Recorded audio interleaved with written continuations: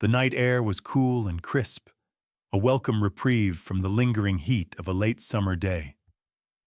For Marcus Washington, it was the perfect kind of night for a drive. The windows of the 1971 Mercedes-Benz 280 SL were down, letting the scent of cut grass and jasmine from the manicured lawns of the neighborhood drift in. The engine, a machine his father had taught him to love and respect, hummed a low, contented purr. It was more than a car. It was a memory, a legacy, a four-wheeled connection to the man who was gone too soon. He was only 17, but he carried himself with a quiet maturity that belied his years.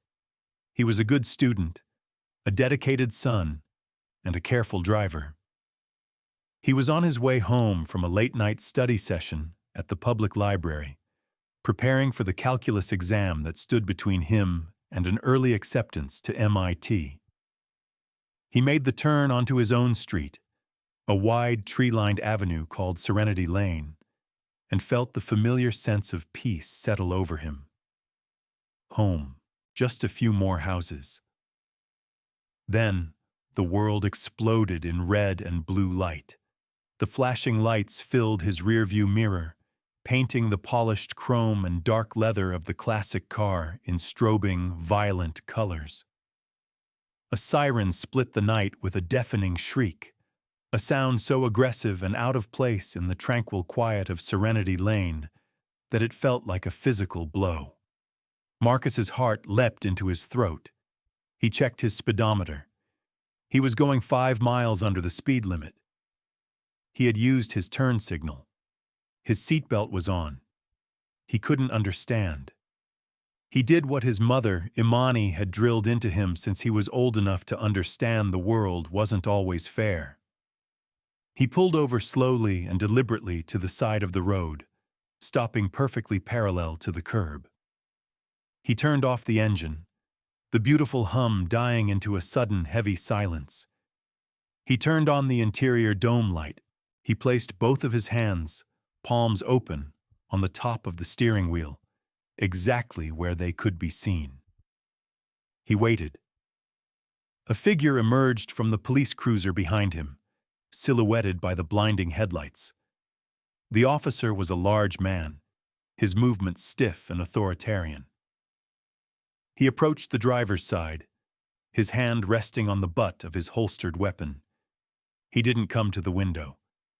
He stood back, near the rear of the car, using the vehicle as a shield.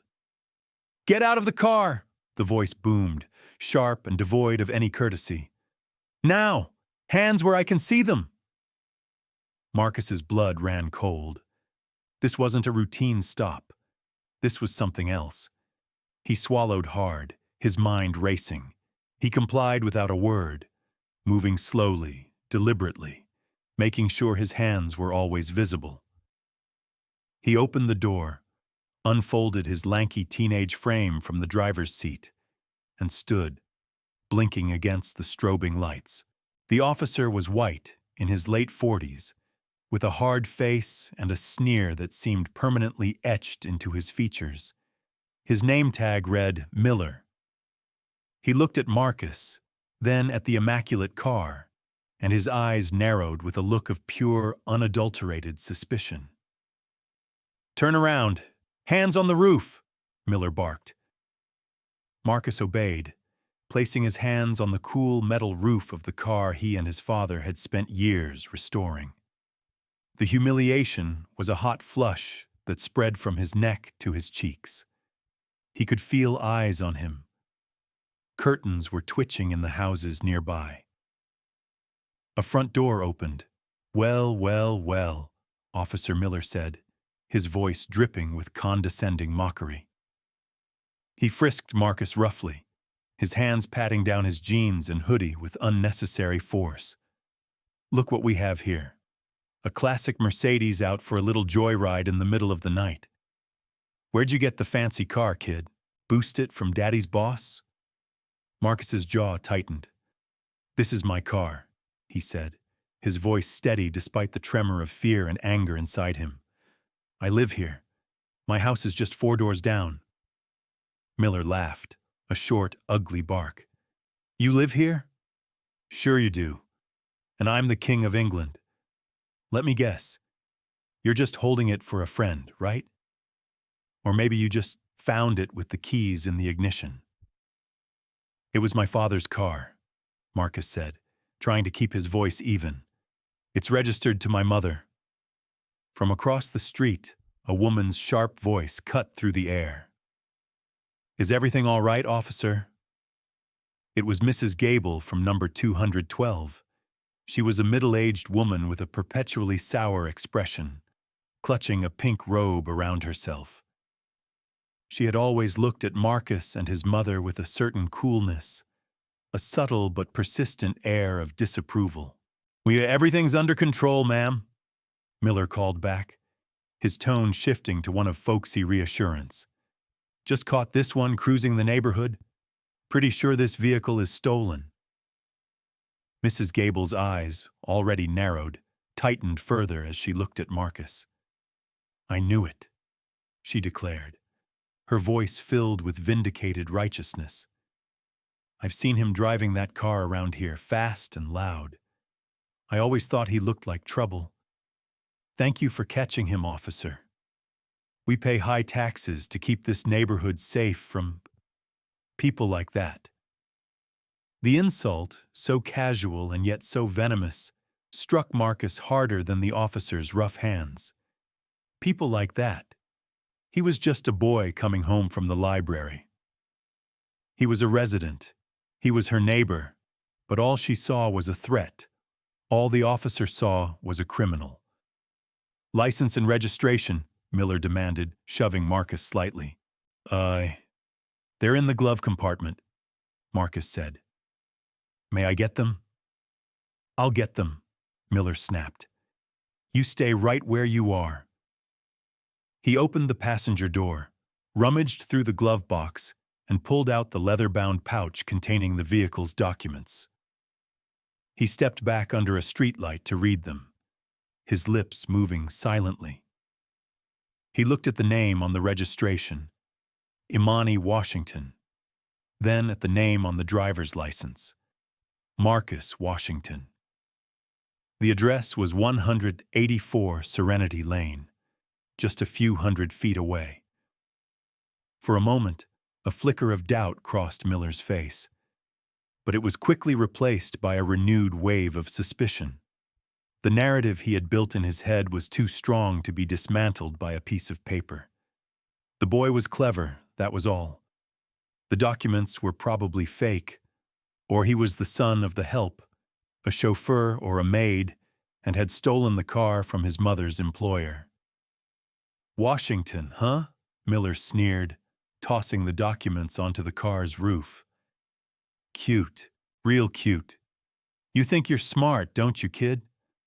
Got the story all worked out. He grabbed his radio from his shoulder. His voice was loud, performative, for the benefit of Mrs. Gable and any other neighbors who might be watching. Dispatch, this is 3 Adam 12. I've got a 1057 Victor, a stolen vehicle.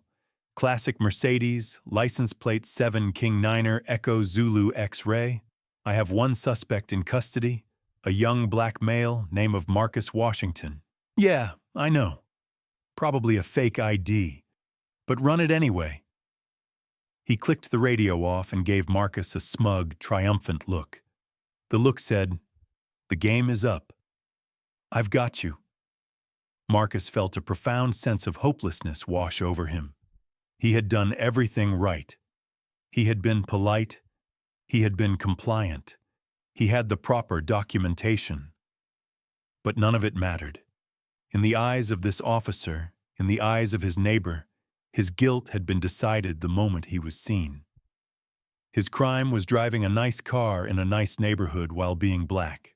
There was no defense for that. He thought of his mother. Imani had always been his rock, his champion. She had raised him with a fierce love and an unshakable sense of his own worth. She had taught him that the world's prejudice was a reflection of its own ugliness, not his. But right now, her lessons felt like a distant comfort. Right now, he was alone, under the harsh glare of police lights, being accused of a crime he didn't commit, and there was nothing he could do. The silence stretched on, thick with tension. The only sounds were the crackle of the police radio and the hum of a distant air conditioner. Mrs. Gable stood on her lawn, arms crossed, a sentinel of suburban fear.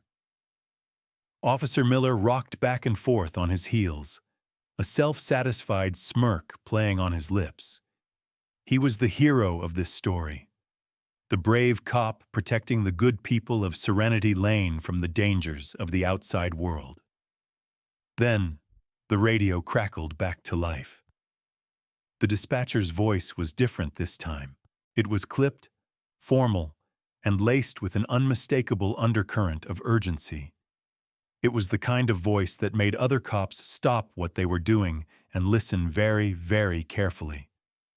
3-Adam-12, be advised, the voice said, clear and cold. The vehicle is not stolen. I repeat, that is a negative on the 10-57 Victor. The registered owner of that vehicle is Imani Washington, residing at 184 Serenity Lane. Miller's smirk faltered slightly. Dispatch, are you sure? I think the kid might have... Officer Miller, the dispatcher cut him off, her voice dropping a full octave, losing all its previous detachment and becoming sharp as glass. Listen to me very carefully. The driver, Marcus Washington, is the son of the late David Washington. There was a pause, a heavy, loaded silence that hung in the night air. Miller was confused. The name meant nothing to him. So what? He grumbled into the radio. Some tech guy? The dispatcher's reply came back instantly, each word a perfectly enunciated hammer blow. Negative, Miller. David Washington was the lead civilian engineer for the city's Advanced Traffic Control System project. He also designed, pro bono, the proprietary communication encryption protocol for this department's entire radio network. The same network you are currently using. The blood began to drain from Officer Miller's face. The smugness evaporated, replaced by a dawning horror. The dispatcher wasn't finished. His widow, Imani Washington, is the sole executor of his $500 million estate and holds the master patent on that encryption technology. The city pays a licensing fee to her directly, a fee that she has, for the past 2 years, donated back to the Police Athletic League. Miller's hand, holding the radio, began to tremble. Mrs. Gable, unable to hear the transmission, just looked on with a puzzled expression. Furthermore, Officer Miller, the voice continued, now radiating pure ice, Mayor Thompson and Police Commissioner Evans are personal friends of the Washington family.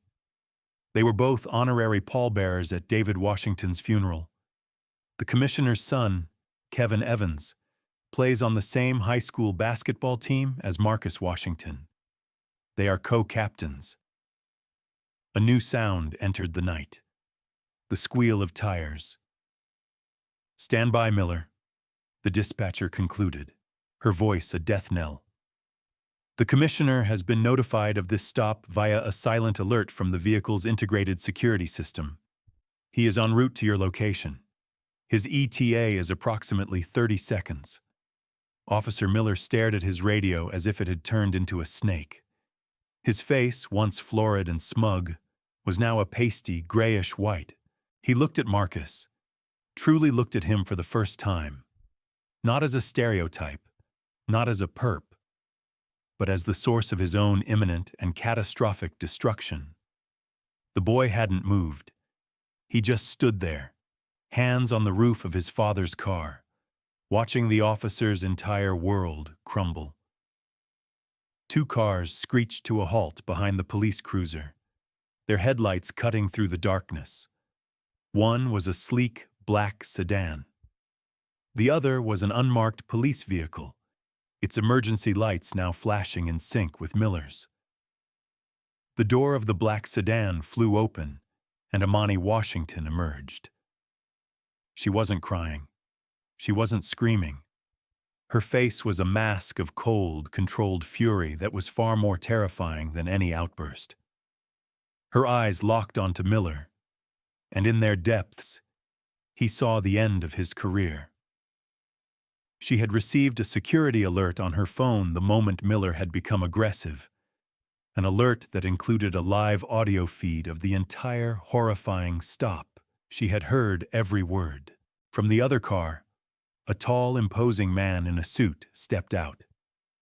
He was Police Commissioner Evans, and his face was thunderous. He saw Marcus, his son's friend and teammate, pressed up against a car like a common criminal, and a raw, protective anger blazed in his eyes. He ignored Miller completely, striding directly to Marcus. "Marcus, are you all right?" he asked, his voice full of genuine concern. He placed a hand on the boy's shoulder. "Son, you can put your hands down now."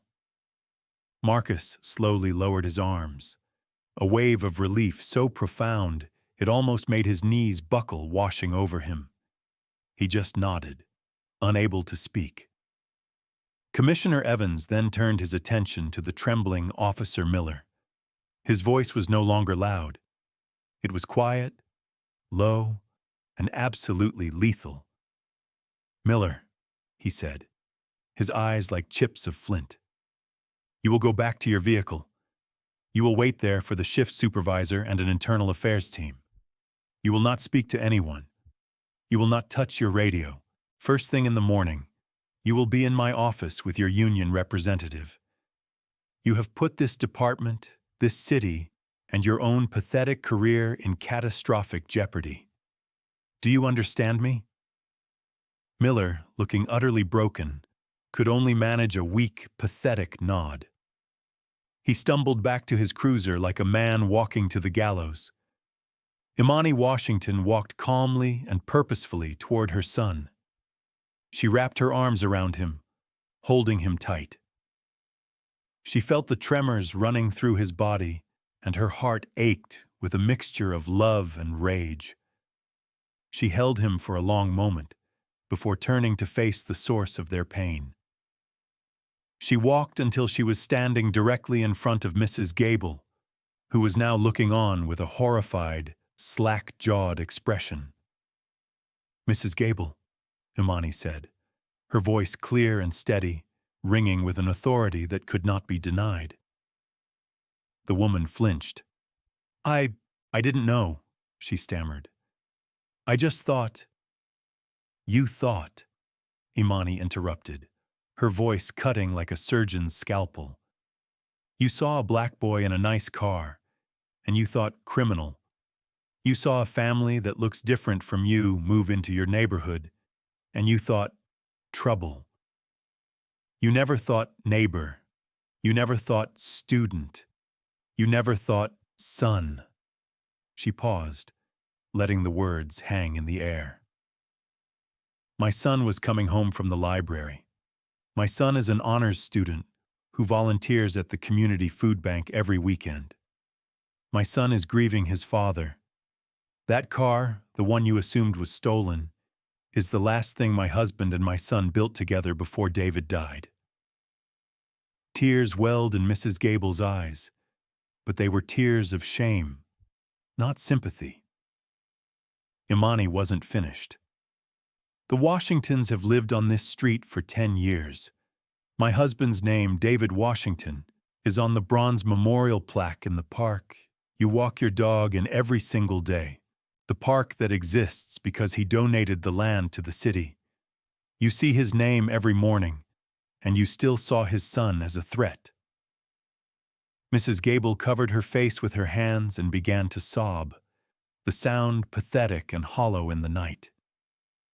Imani turned her back on the woman, her point made, her judgment delivered. The court of public opinion on Serenity Lane had rendered its verdict. She then walked over to where Commissioner Evans was now standing beside Officer Miller's car, a silent, intimidating presence. She looked past the commissioner and addressed the man who had terrified her child. "Officer Miller," she said, her voice devoid of heat but heavy with consequence. "You swore an oath to protect and serve. Tonight, you did neither. You chose to harass and humiliate a child. You abused your power based on the color of his skin. You saw my son not as a citizen to be protected, but as a problem to be controlled. You are a danger not just to my family, but to every citizen of this city." Miller refused to meet her gaze. He just stared at the steering wheel of his cruiser, his face a mask of misery and self-pity. Imani turned to the commissioner. "Frank," she said, her tone softening slightly but losing none of its steel. "This cannot be swept under the rug. This cannot be a suspension and a few weeks of paid leave. This man cannot be allowed to carry a badge and a gun in our city ever again." "He won't be, Imani," Commissioner Evans promised, his voice grim. "I give you my word. This ends now. His career is over. We will conduct a full and transparent investigation. We will hold him accountable." Imani nodded, a single sharp dip of her chin. She knew this was a promise he would keep. The friendship between their families was genuine, but this went beyond friendship. This was about the fundamental integrity of his department. Officer Miller had not just stopped the wrong kid. He had revealed a rot at the core of his own character, a prejudice so profound that it made him unfit for duty. And he had done it to the one family in the city that had both the will and the means to ensure he faced the full consequences. The internal affairs detectives and the shift supervisor arrived, their faces grim. The process of dismantling Officer Miller's professional life began right there on the side of the road, under the slowly dying flashes of his own cruiser's lights. He was disarmed. He was questioned. He was formally relieved of duty. The hero of Serenity Lane had become a pariah in less than 10 minutes. Imani walked back to Marcus, who was now leaning against the hood of his Mercedes, the beautiful car that had been the catalyst for this entire nightmare. She put her arm around his shoulders. "Let's go home," she said softly. He nodded, and together they walked the few hundred feet to their front door, leaving the wreckage of Officer Miller's career behind them. The lights of the police cars cast long, dancing shadows across the pristine lawns of Serenity Lane, a stark reminder of the ugliness that could hide just beneath a beautiful surface. The night was no longer peaceful. It was wounded. But as Imani and Marcus stepped into the warmth of their home, they knew they would heal. And they knew that things were about to change, not just for them, but for the entire city. The Washington family, who had always preferred to live quietly, had been provoked, and the consequences of that provocation were only just beginning. The next morning, the city awoke to a story that was already spreading like wildfire. The cell phone video a neighbor had discreetly filmed, combined with the official body cam footage that Commissioner Evans had released to the press in an act of radical transparency, painted a damning and undeniable picture. It was a textbook case of racial profiling, made all the more explosive by the identities of those involved. Imani Washington sat at her large kitchen table, a steaming mug of tea untouched in her hands. She hadn't slept. After getting Marcus settled, she had spent the night on the phone with her lawyers, with Commissioner Evans, and with the mayor. They had offered apologies, condolences, and promises of swift action. Imani had accepted their apologies, but had made it clear that promises were not enough. She wanted systemic change. Her late husband, David, had been a genius, a man who saw the world in systems and codes. He believed that any flawed system could be fixed if you were willing to dismantle it, identify the bugs in the code, and rewrite it from the ground up. He had left her not just with immense wealth, but with a portfolio of patents and intellectual properties that were deeply integrated into the city's infrastructure. For years, she had been a passive, benevolent steward of that legacy, using the proceeds to fund charities and community projects. Now she understood she had to be an active force. She had a leverage that few private citizens ever possessed, and she intended to use it. Her first call was to the city's top civil rights attorney. She instructed him to file a lawsuit against Officer Miller personally and against the police department for negligent hiring and supervision. She was not seeking damages for herself. Instead, she stipulated that any settlement or judgment would be used to establish a new foundation. "We'll call it the David Washington STEM Scholarship Fund," she told the attorney, her voice firm. "It will provide full 4-year scholarships to underprivileged students from this city who want to pursue degrees in science, technology, engineering, and math. We will turn this ugly incident into an engine of opportunity." Her next step was a meeting with Commissioner Evans and Mayor Thompson at City Hall. The mood in the mayor's office was somber. The two men, powerful leaders in their own right, looked at Imani with a mixture of respect and trepidation.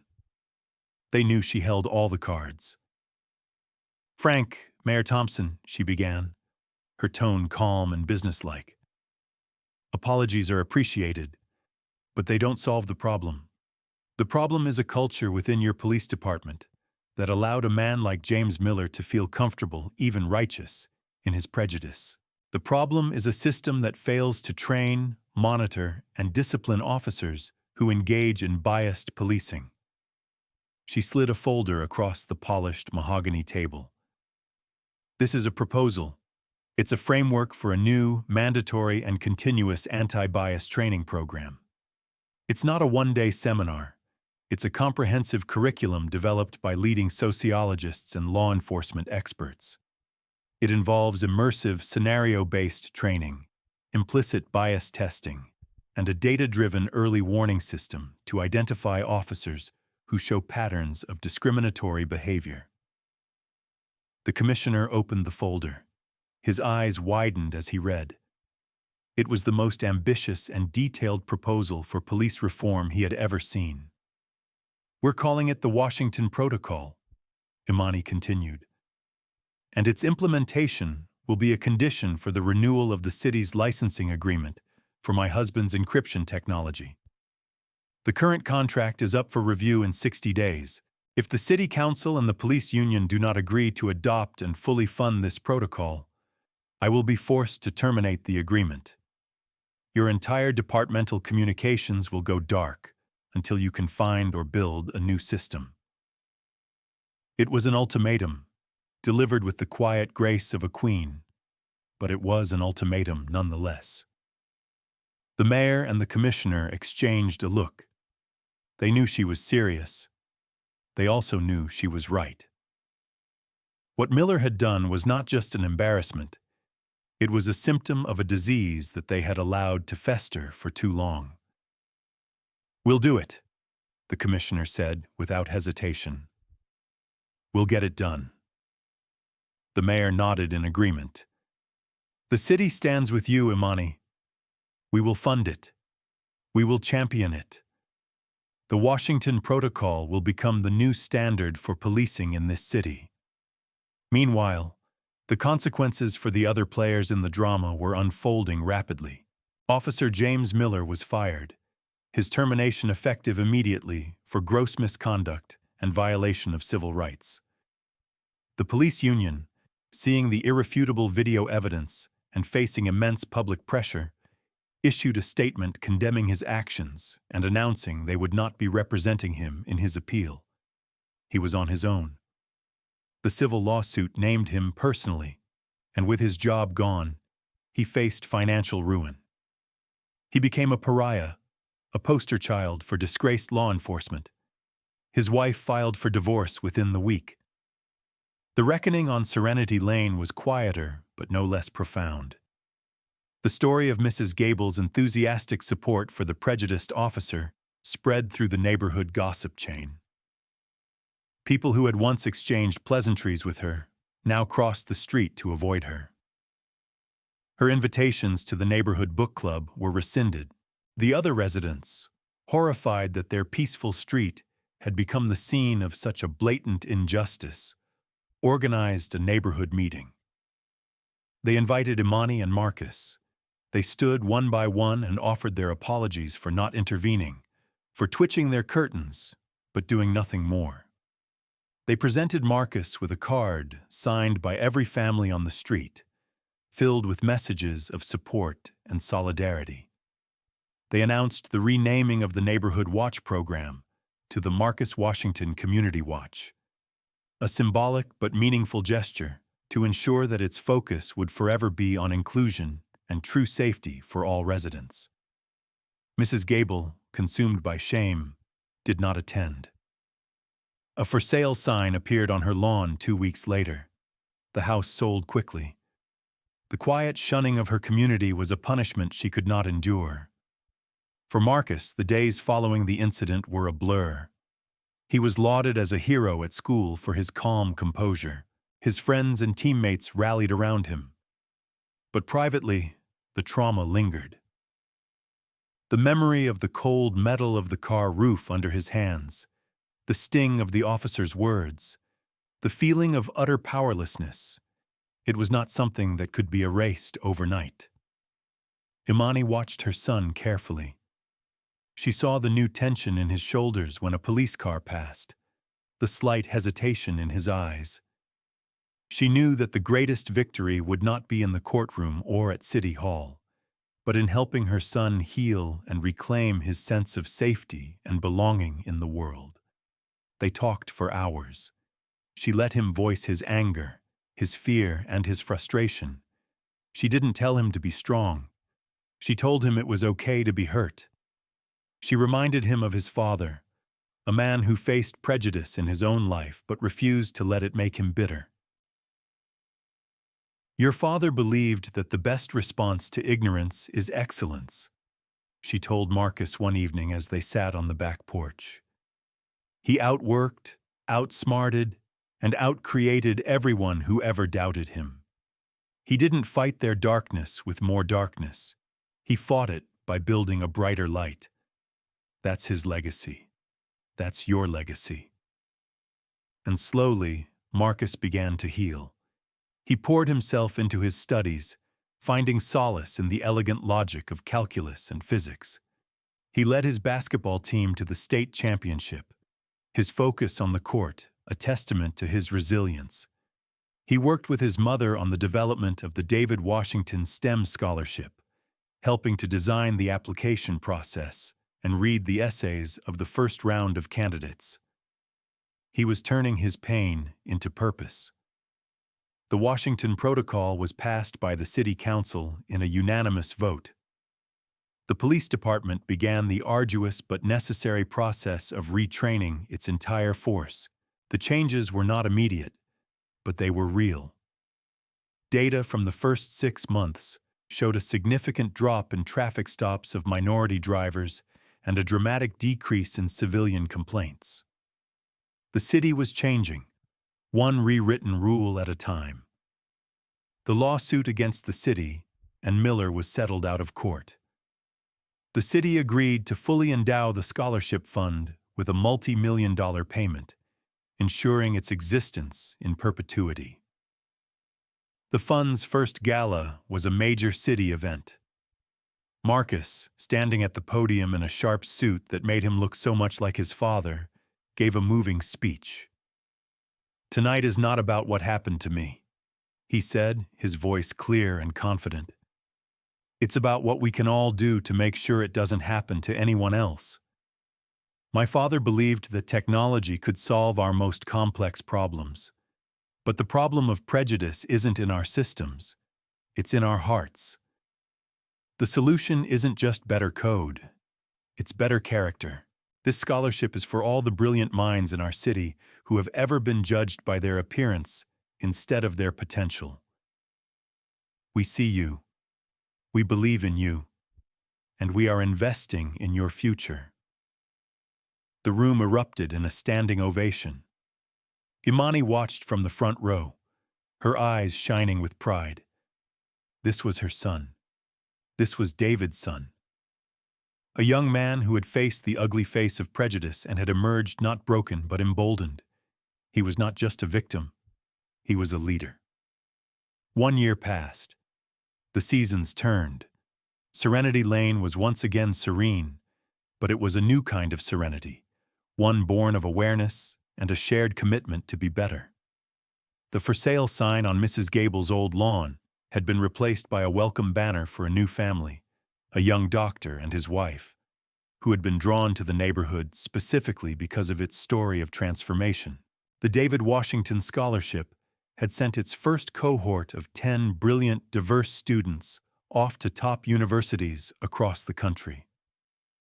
The Washington Protocol was being studied by other cities as a national model for police reform. Imani Washington was no longer just a wealthy widow. She was one of the most respected and influential voices for social justice in the state. She had found a new purpose, a mission that honored her husband's memory in the most powerful way imaginable. On a warm August afternoon, Imani stood in the driveway, watching Marcus pack the final boxes into the back of the Mercedes. The car gleamed in the sunlight, a symbol not of trauma, but of triumph. He was heading off to MIT, his acceptance letter framed on his bedroom wall. "You've got everything?" she asked, the classic maternal question. He smiled. "Everything except my co-pilot." She pulled him into a fierce hug, her heart swelling with a love so immense it almost hurt. "I am so proud of the man you are, Marcus. I learned from the best," he said, his voice thick with emotion. "Both of you." He got into the driver's seat of the 1971 Mercedes, the same seat he had been in on that terrible night. But this time, as he started the engine, the purr sounded different.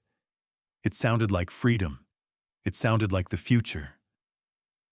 He looked at his mother through the open window. "I'll be careful."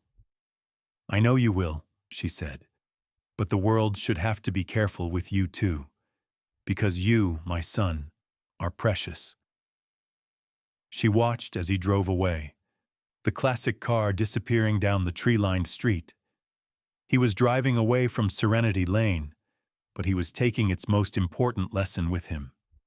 He was driving toward a future that he and his mother had helped to rewrite. A future where a young black man in a beautiful car was not a cause for suspicion, but a reason for hope.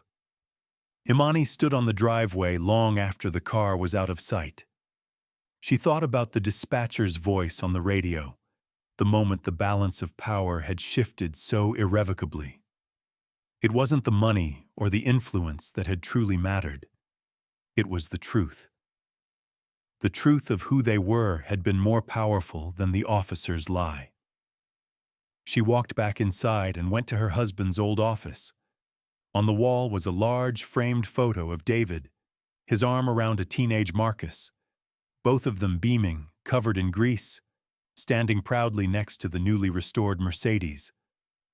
Her husband had built systems that protected the city, and in the end, it was the legacy of his good name, the system of his own integrity that had protected his son. The cycle of kindness, of excellence, of demanding better from the world would continue. It was a legacy built not of steel and chrome, but of character and courage. And it was a legacy that would never be stolen. Imani looked at the photo and smiled. Her work was not done. It was just beginning. She had a foundation to run, a city to watch over, and a new generation of leaders to inspire. The world had tried to diminish her son, to put him in a box defined by prejudice. But it had failed. Because Marcus Washington, like his father before him, was destined to build new boxes, to design new systems, and to create a world where everyone had the freedom to simply drive home in peace. The night on Serenity Lane had started as a nightmare, but it had ended as an awakening for a family, a neighborhood, and a city that had been forced to look in the mirror and finally choose to change.